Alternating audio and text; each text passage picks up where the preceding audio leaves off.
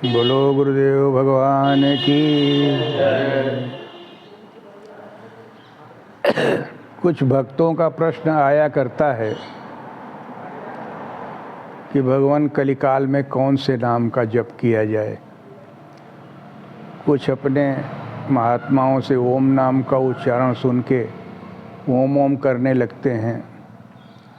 कुछ जो है नमः शिवाय करने लगते हैं। कुछ को अच्छा लगता है सोहम करने लगते हैं।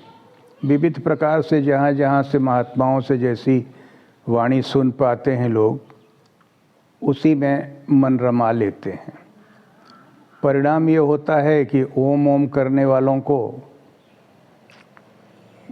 बहुत दिनों तक ओम ओम करते करते उपलब्धि साधना में कुछ नहीं हो पाती।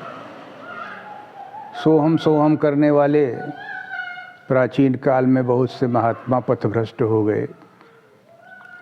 ओम नमः शिवाय करते करते अगर शिव भक्ति मिल गई तब तो राम की तरफ झुकाव हो गया, नहीं तो फिर वो महादेव को बेलपत्र ही चढ़ाते रह जाते हैं।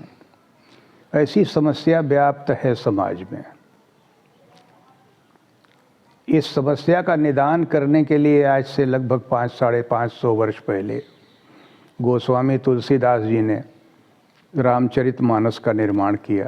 भगवान शंकर के इशारे पर ही उस महाकाव्य की रचना उन्होंने किया, जिसमें उन्होंने एक प्रसंग के द्वारा कलिकाल में कौन सा नाम जपदायक फलदायक होगा, जप के लिए उपयुक्त होगा, ये बताया। आज कलयुग के पहले जो द्वापर युग था भगवान कृष्ण वाला, उससे पहले वाला ध्रुव युग था भगवान राम वाला त्रेता।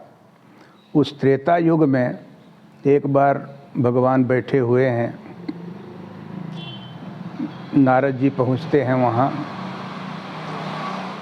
देखते हैं प्रभु को बड़ा विकल हुआ, दुखी हुआ, तो उनको ग्लानि होती है कि पिछले समय में मैंने ही अपने प्रभु को ऐसा शाप दिया जिसके कारण आज ये विरही होकर विकल होकर जंगल जंगल भ्रमित हो रहे हैं। बड़ी करुणा हुई मन में, तो सोचे कि चलें प्रभु से क्षमा मांग लें। पहुँचे तो भगवान बड़ी प्रसन्नता से नारद जी का आवभगत किया। पधारो देवर्षि, बैठो, बड़े सौभाग्य की बात है, आज आपका दर्शन हुआ। देखा, अरे इन पर तो कोई विषाद है ही नहीं है, ये तो बड़े प्रफुल्ल हैं, मन से बड़े प्रसन्न हैं और मेरे प्रति कोई दुर्भाव भी नहीं है। इतने आदर के साथ बुला रहे हैं जैसे पहले बुलाते थे। बैठ कर के कुछ प्रश्न किया, भगवान ने उनके प्रश्न का उत्तर दिया। जब देखा कि प्रभु प्रसन्न हैं, तब कहा कि प्रभु यदि आप मुझ पर प्रसन्न हैं तो मुझको कुछ वरदान दें। भगवान राम ने कहा कि नारद जी, मेरे पास कौन सी ऐसी वस्तु है जो आप नहीं मांग सकते, मांगो आपको जो रुचिकर हो। तो उस समय उन्होंने वरदान मांगा कि यद्यपि प्रभु के नाम अनेका, परम विचित्र एक ते एका, राम सकल नामन ते अधिका, हो नाथ अग खग गण बधिका। हे प्रभु, यद्यपि आपके नाम अनेक हैं, एक से एक बढ़कर पाप रूपी पक्षी का वध करने वाले हैं,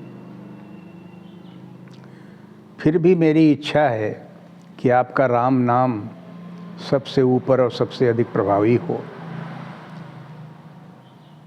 भक्तों के हृदय में यह राम नाम उस प्रकार विराजमान हो जैसे पूर्णमासी की रात्रि में पूर्ण चंद्रमा होता है। राकार जनी भगति तव, राम नाम सोई सोम, अपर नाम उडगण विमल, बसहु भगत उर व्योम। भक्त के हृदय रूपी आकाश में पूर्णमासी की रात्रि आपकी भक्ति हो, उसमें पूर्ण चंद्र आपका राम नाम हो, और भी नाम आपके जो हैं वो जो चुम चुम चुम चुम चमकते रहते हैं। सनकिरवा कहा जाता है, जुगनू कहा जाता है, खद्योत कहा गया है संस्कृत में। उस कीड़ा के चमक के बराबर कलिकाल में उनकी चमक और नामों की चमक, अर्थात उन नामों की का प्रभाव, उससे उपलब्धि भी विद्यमान रहे। लेकिन पूर्ण चंद्रमा की तरह सुख, शांति और संतोष देने वाला प्रभाव जो है वो आपके राम नाम में हो। भगवान राम ने प्रसन्न हो के कहा कि तथास्तु नारद जी, ऐसा ही होगा। उसके बाद से महात्माओं ने यह निष्कर्ष निकाला कि आरंभिक साधक के लिए, कली के प्राणियों के लिए राम नाम का ही उपदेश किया जाए, कि वो राम नाम से शुरुआत करें ताकि उनकी उपलब्धि जल्दी और आसानी से हो, भगवत पथ में उनका मन आसानी से लगने लगे और जल्दी उनको स्तर की उपलब्धि होती जाए, स्टेप बाय स्टेप वो बढ़ते चले जाएं साधना पथ पर। एक बार की कथा है, भगवान राम माता सीता के उद्धार के लिए बानर भालुओं की सेना लेकर के समुद्र तट पर पहुंच गए। अब प्रश्न खड़ा था कि समुद्र लांग हैं, हनुमान तो लांग गए, सब तो लांघेंगे नहीं, इतनी बड़ी सेना समुद्र पार कैसे हो। समुद्र से प्रार्थना हुआ, समुद्र प्रकट हुआ और उपाय बताया कि हनुमान आपके दल में ऐसे सेवक हैं जो स्वयं समस्या का समाधान ढूंढ लेंगे।